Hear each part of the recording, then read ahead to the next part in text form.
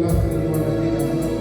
Secara khusus di saat kami memperingati hari kelahiran Yesus Kristus, mengucap syukur untuk kesempatan yang Kau beri bagi kami.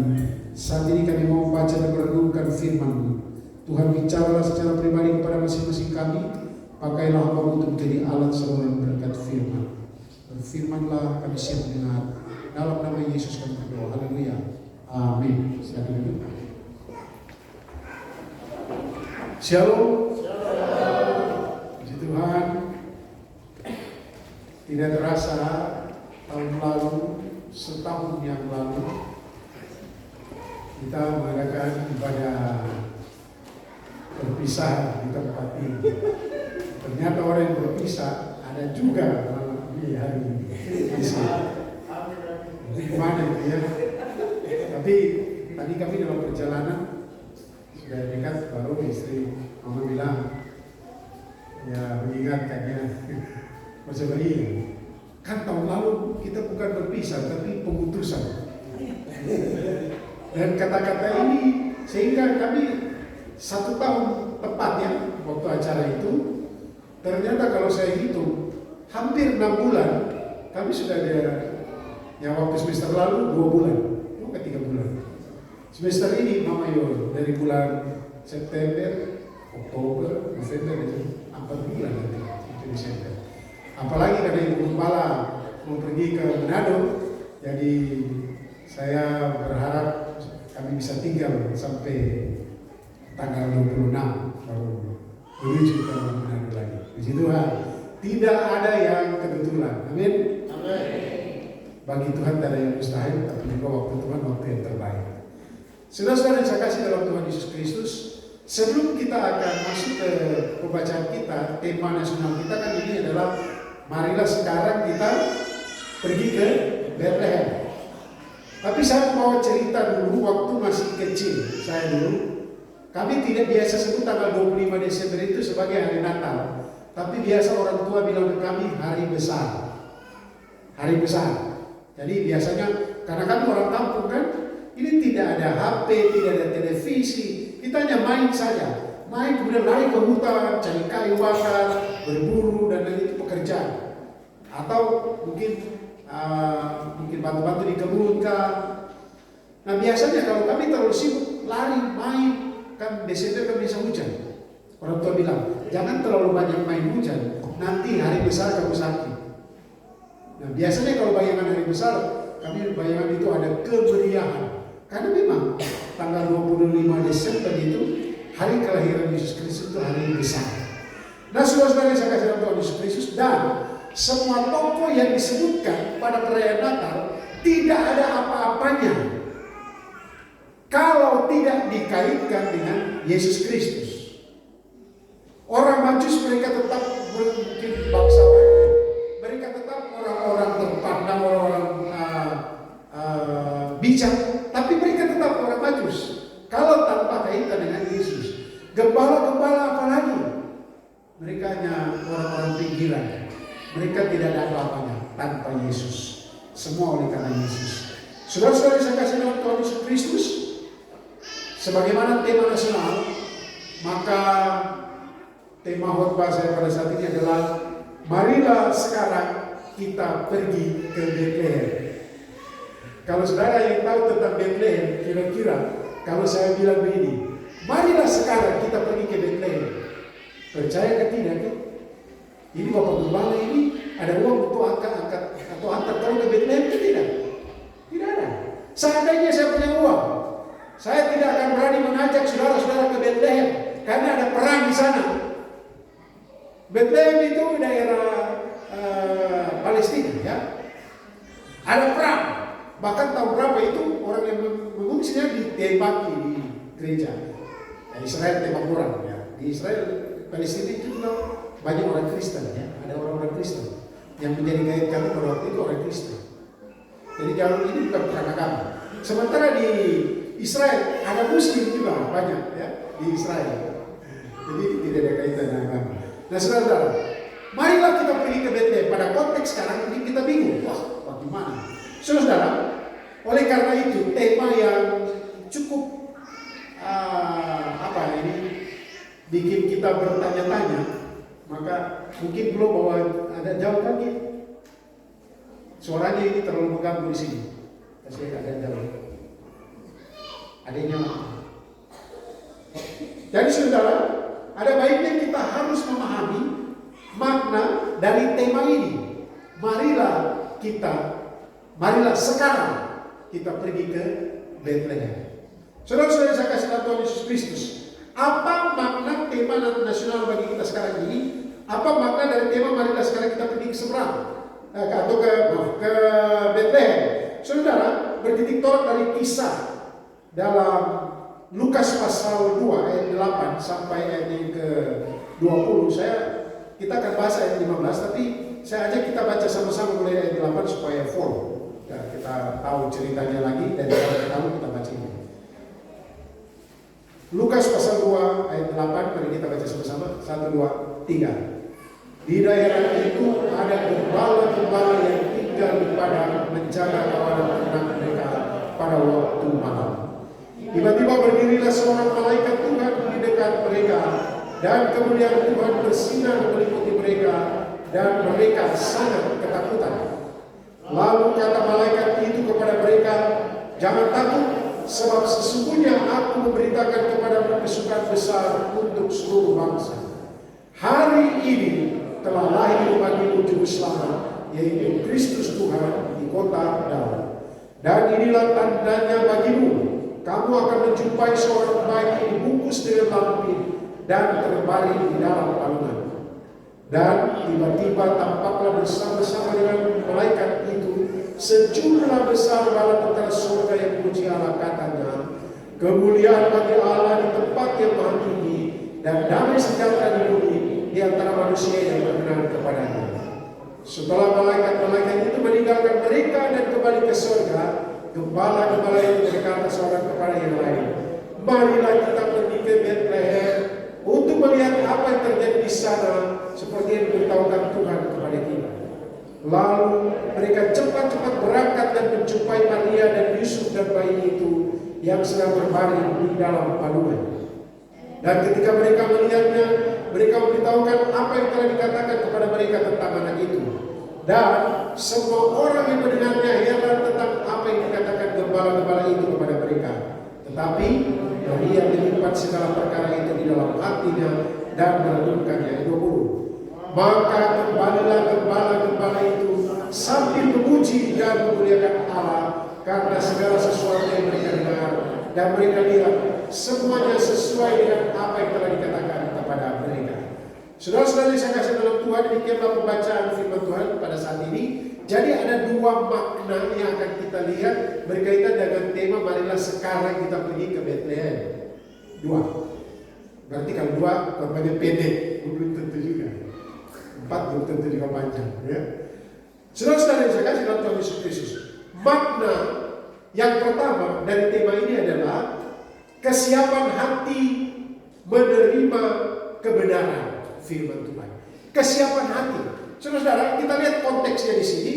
Dimulai dengan, jadi gembala-gembala ini jadi penting karena dimulai dengan ungkapan ayat yang ke-8. Ungkapan apa kira-kira itu? Coba kalau kita lihat.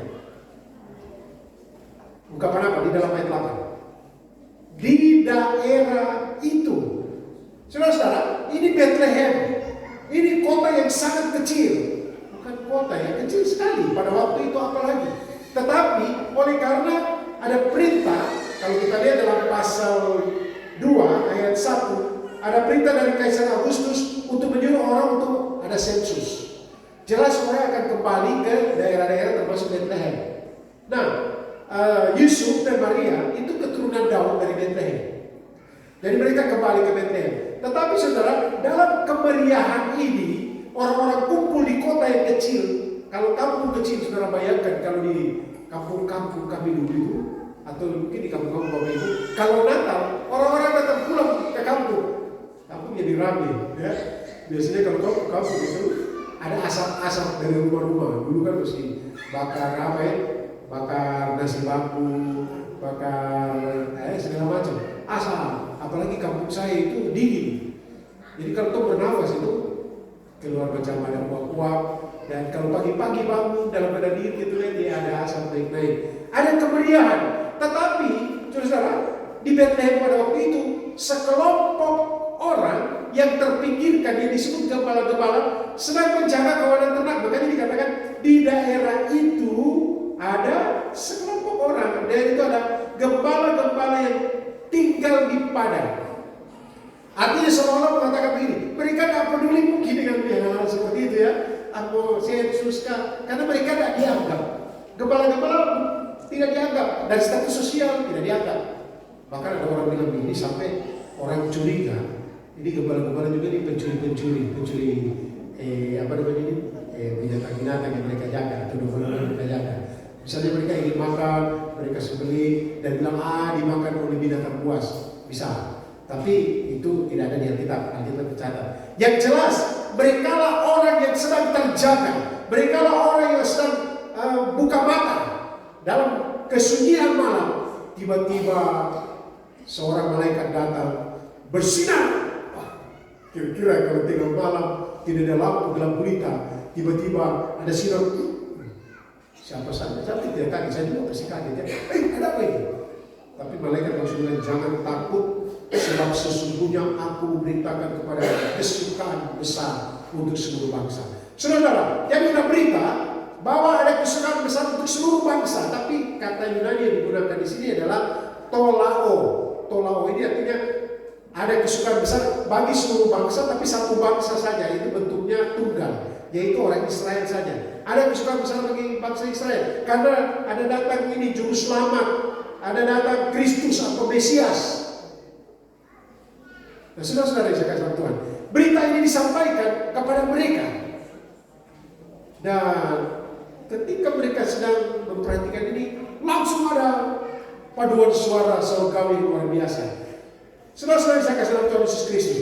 Jadi berita yang disampaikan mereka, hari ini telah lahir bagimu juru selamat, yaitu Kristus Tuhan di kota Daud. Dan gembala-gembala ini ketika mereka mendengar dan mereka sudah dalam kesunyian, malaikat-malaikat sudah pergi. Apa yang mereka katakan dalam ayat 15 kita lihat. Setelah malaikat-malaikat itu meninggalkan mereka, kembali ke surga, gembala-gembala itu berkata seorang kepada yang lain, marilah kita pergi ke Bethlehem. Di sini ada sikap hati. Mereka menerima apa yang disampaikan oleh malaikat-malaikat. Hari ini telah lahir bagimu juru selamat, yaitu Kristus Tuhan di kota Daud. Saudara-saudara yang saya kasih dalam Tuhan Yesus Kristus, orang-orang yang memiliki kesiapan hati menerima kebenaran firman Tuhan, orang-orang itu dia akan menerima dengan tulus beritanya. Orang yang siap hati akan memperhatikan berita itu, firman itu. Ya, sekarang tantangan kita banyak, saudara. Tantangan kita banyak. Kalau dulu kita dengar firman Tuhan tidak ada tantangan, tidak ada masalah. Tapi sekarang ada banyak masalah. Ada orang sementara dengar firman Tuhan, dia lagi siaran langsung, lagi perjamuan kudus, atau lagi Facebook. Saya lagi ngapain? Facebook kan. Saudara-saudara yang saya kasih tahu, dulu waktu corona kita siaran langsung pakai khotbah pakai siaran langsung Facebook. Ada Zoom juga dan sebagainya. Kita banyak pergumulan sekarang, saudara. Ini gembala-gembala mereka terpesona dan mendengar, mereka memperhatikan. Kemudian bukan hanya memperhatikan, mereka menerima berita. Mereka menerima berita itu. Sebenarnya kalau kita mungkin yang pakai pikiran, hari ini telah lahir bagimu juru selamat, Kristus, wah ini raja yang dijanjikan. Dan ini tandanya bagimu. Engkau akan menjumpai seorang bayi dibungkus dengan lampin. Loh, lampin ini kan kain yang dipakai orang-orang miskin. Masa raja ini orang miskin? Dan kamu akan melihat dia dibaring di panggungan. Loh, kau tidak harusnya di Yerusalem. Nah, ini kan sesuatu yang sebenarnya membuat orang berpikir, mana mungkin raja. Tetapi para gembala tidak. Ketika malaikat pergi, mereka langsung bilang begini, marilah kita pergi ke Bethlehem untuk melihat apa yang terjadi. Itu bukan balik membuktikan, betul kan? Tidak, di malaikat bilang tidak. Tapi dari istilah Yunani yang digunakan di sini, semua keyakinan setelah mereka katakan, mari kita pergi. Kita pergi oleh karena sesuatu yang luar biasa terjadi di sana.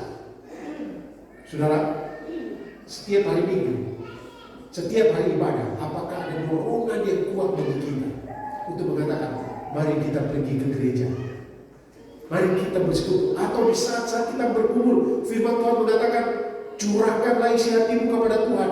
Kita sudah tahu kebenaran ini, tapi yakinkah kita sehingga ketika ada pergumulan kita mau datang kepadanya? Itu tidak ada orang lihat, itu cuma saya di tempat kita curahkan isi hati kita kepada Tuhan. Saudara-saudara yang saya kasih dalam Tuhan Yesus Kristus, orang yang memiliki kesiapan hati menerima kebenaran juga, dia tidak akan menunda-nunda. Mari kita lihat ayat 16. Di dalam ayat 16 dikatakan apa? Sama-sama baca. 1, 2, 3. Lalu mereka cepat-cepat berangkat dan menjumpai sampai di situ. Lalu mereka pelan-pelan ambil handuk, masuk ke kamar mandi. Tiba-tiba HP bunyi. Saya ada di mana? Ini semua ibadah. OTW ke kamar mandi. Saya banyak kali orang bilang OTW. Saya itu sampai capek. Saya bilang, OTW dari mana? OTW-nya ya? OTW. Gembala-gembala ini yang merasa yakin akan yang siap menerima kebenaran, mereka sudah mendengar kebenaran itu dan mereka cepat-cepat bersegera. Orang itu gercep, tahu itu gercep kan? Gerak cepat. Jadi kalau ada di sini yang biasa lambat-lambat, kalau lambat-lambat itu apa? Kalau gercep kan gerak cepat. Kalau itu mager itu, mager, golongan mager bertobatlah kamu. Karena kalau mager di samping itu semakin membekak, tetapi juga nanti akan mengalami kesulitan. Kalau Tuhan datang, dia lama-lama. Ya, kalau Tuhan bilang, ayo istirahat, trompet berbunyi. Kalau tinggal, tapi ini tidak seperti itu. Artinya, kalau Tuhan panggil kita pun, siapa tahu ada di sini. Saya dulu kuliah, Tuhan panggil. Masih SMA sudah kelas 2, Tuhan sudah panggil saya. Pendeta Stephen Tongkot, Pak. Saya ini pembimbing remani. Kemudian pas ada tantangan, Bapak Pendeta Stephen Tongkot buat tantangan. Ada orang-orang maju ke depan, ke belakang. Biasanya kami yang bimbing. Tapi yang pertama kali maju ke depan saya dan teman saya yang satu. Kedua pembimbing dulu. Baru sebelum doa saya bilang, kok maju untuk apa? Menyerahkan diri melayani Tuhan. Saya bilang, saya juga. Nah, kita berdoa. Tapi setelah kami tamat di SMA, yang termasuk orang prestasi juga di SMA, kami harus kuliah. Kami pilih kuliah dulu. Kami lupakan tabungan itu. Saya kuliah masuk Fakultas Teknik Sipil. Awalnya saya masuk pertanian, teknik tembus. Saya bilang, saya ini bukan bodoh. Akhirnya saya tes di paling sulit teknik sipil, tembus. Tapi saudara, Tuhan kejar terus sampai sebentar kuliah saya melayani saya. Dan akhirnya menyerahkan diri melayani Tuhan. Angkatan kami yang masuk sekolah teologi tahun 85, ada yang sudah semester 7 kuliah fakultas kedokteran, ada yang sudah, tapi Tuhan panggil di tengah jalan, stop, dan kami melayani. Sampai sekarang kami masih setia melayani. Puji Tuhan. Tuhan kita yang dimuliakan. Saya ingin mengatakan ini ada, sudah sampai di tingkat-tingkat terakhir. Teman-teman saya bilang, kamu saya kuliah di pariwisata, sudah mau wisuda, tapi Tuhan panggil saya tidak berani. Saya stop. Bukan berarti kamu harus stop. Ini bukan pakai, ini kita harus betul-betul bergumul. Betul Tuhan panggil kan tidak? Dan cuma karena dengan kota, saudara saat ini serahkan dirimu. Oh, kamu bisa melayani jadi dokter untuk pelayanan, bisa juga. Bisa juga kamu jadi insinyur dan kamu melayani. Sekarang tidak insinyur ya. Bisa juga kamu jadi. Nah, pada waktu itu kami ada panggilan khusus. Dari kelas 2 SMA sudah menyerahkan diri melayani Tuhan, baru melarikan diri itu ya masalah. Masalah Tuhan kejar terus. Dan puji Tuhan masih tetap melayani. Pada prinsipnya tahu waktu masih muda, takutnya mau melayani. Ini. Kita mau hidup bagaimana caranya? Ya, apalagi lihat pendeta-pendeta sama dulu kan, kembali tidak ada gaji, tidak ada ini. Tuh lihat kasihan, kerjanya gunting rambut. Sampai, tapi setelah saya menyerahkan melayani Tuhan, ada satu orang pemudi menyerahkan melayani Tuhan. Mamanya bilang begini, kalau kamu melayani Tuhan, kamu mau makan apa nanti? Akhirnya mengalami kesulitan. Tuhan akan pelihara, dia tahu kan. Ini soal panggilan. Jadi kalau Tuhan panggil kita, jangan lambat-lambat, cepat-cepat itu kaget juga tadi menyanyi itu nona remaja juga ini luar biasa. Kalau Tuhan segerakan itu bersaksi juga ya toh, kita getar, ya toh, ini itu kebenaran. Tadi juga vokal kunto menyanyi itu Sakira di Pranisa Jagasa, tapi desa muda desa. Kan latihan minggu lalu saya ketemu, saya bilang ke Noel gimana? Tidak latihan. Kalau saya pegang kalau suara dibaca. Oh. Tapi kalau sebut menyanyi kan sudah tidak tahu dia hafal kan tidak, yang penting sudah ngomong ke depan. Panggilan-panggilan khusus kadang-kadang Tuhan berikan kepada kita untuk melayani sekolah minggu anak-anak banyak sekali. Ada banyak anak-anak. Dan banyak kali pelayanan yang terabaikan adalah pelayanan anak-anak. Dan puji Tuhan kita di sini, kita boleh kalau boleh budget kita untuk anak-anak berapa? Karena anak-anak adalah pemimpin masa depan. Karena anak-anak adalah pengganti kita di masa depan. Kalau kita sendiri membangun diri kita dan anak-anak biarkan nanti gereja kosong di mana-mana. Lalu yang saya kasih Tuhan Yesus Kristus tidak menunda-nunda, mereka langsung pergi. Kalau Tuhan menggerakkan kita untuk melakukan suatu kebaikan, jangan tunda-tunda. Aduh, saya pengalaman nih, orang sakit, dia, oh iya sakit ya, kita kunjungi ya, oh iya ya, nanti. Oh saya pernah tunda dan meninggal malamnya, terus saya menyesal, saya menyesal. Dan saat itu kalau Tuhan gerakkan saya langsung berdoa dan kalau sehat sampai jalan. Itu yang pertama. Bagaimana memaknai? Marilah sekarang kita pergi ke Bethlehem pertama.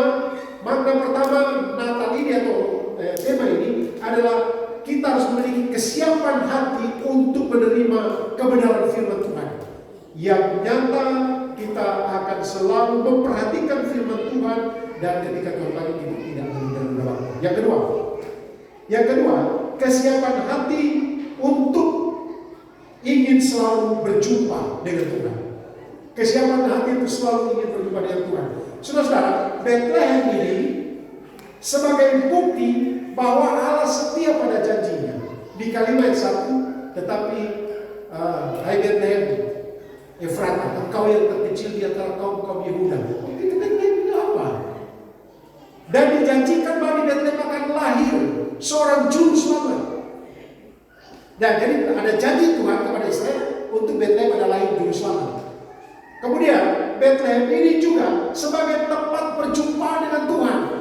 Ini gembala-gembala dalam kesunyiannya. Dan sudah tahu orang pertama yang mendapat undangan Natal pertama adalah gembala-gembala. Ahli kalau tidak peduli. Kalau kita lihat orang Majus datang pun, tapi itu sudah sekitar setahun kemudian. Orang Majus datang, heboh semua ini Yerusalem, heboh. Tapi mereka tidak peduli. Ahli Taurat sudah tahu nubuat ini. Herodes pagi bagaimana? Oh, dia bilang ada nubuat di kalimat 1. Tetapi kau hai Bethlehem Efrata di Bethlehem akan lahir. Herodes lagi bilang apa raja? Ya menjadi tidak baik lagi. Tetapi saudara, pada peristiwa pertama-tama yang ini adalah gembala Tuhan. Orang sederhana, orang yang dipinggirkan, orang yang tidak punya apa-apa. Dan mereka datang, apa adanya mereka. Marilah kita sekarang pergi. Sekarang kita pergi. Sebenarnya di dalam ayat kita tidak ada kata sekarang. Tetapi dalam kursus bahasa Yunani itu dan kemudian 16. Mari kita pergi sekarang, tidak boleh tunda-tunda. Dan saudara yang saya kasih Tuhan, ada kerinduan untuk berjumpa, untuk melihat Yesus itu. Saya memberitahu, Natal tak akan berarti tanpa Yesus. Kalau kita datang Natal kemudian kita punya pikiran berkaitan dengan perayaan pesta pora atau bukan pesta pora, kita perayaan untuk memeriahkan saja. Tapi Yesus terpinggirkan. Kasihan. Ini ulang tahunnya Yesus. Coba bayangkan kalau saya ulang tahun, saya di Manado dan ada Bapak Ibu Saudara bikin ulang tahun dan tidak usah di Manado, saya di Sogi. Kemudian cerita ini di gua itu ada acara apa?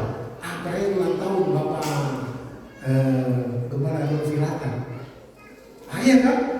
Dan mereka cuma tahu, tapi lu tidak undang saya. Dia tahu, saudara banyak kali Natal jadi seperti itu. Yesusnya di mana? Yang punya hajatan ini mana? Lupa semua. Tadi pagi saya berdoa dalam hati. Kan tadi malam mereka pergi ambil ternak. di belakang jam 11 kan? Sedang Tuhan berilah mata mereka melek terus sampai dengan firman Tuhan dan selesai. Karena pasti tidak akan tidur satu malam ini mengerjakan ini. Kaki 4 angkatan darat sudah dikerjakan. Angkatan udara sudah. Tahu?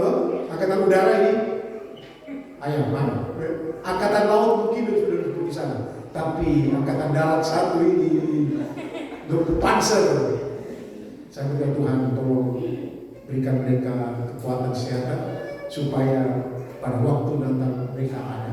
Karena yang terpenting adalah dengan firman tentang Yesus Kristus, Dia juru selamat datang ke dalam dunia ini. Saudara-saudara saya kasih tahu, bayangkan ya, saya beritahu tadi, sesungguhnya telah lahir bagi ada berita kesukaan besar bagi seluruh bangsa. Ini berita ini cuma untuk Israel. Kita tidak termasuk. Tetapi kenapa jadi termasuk kita?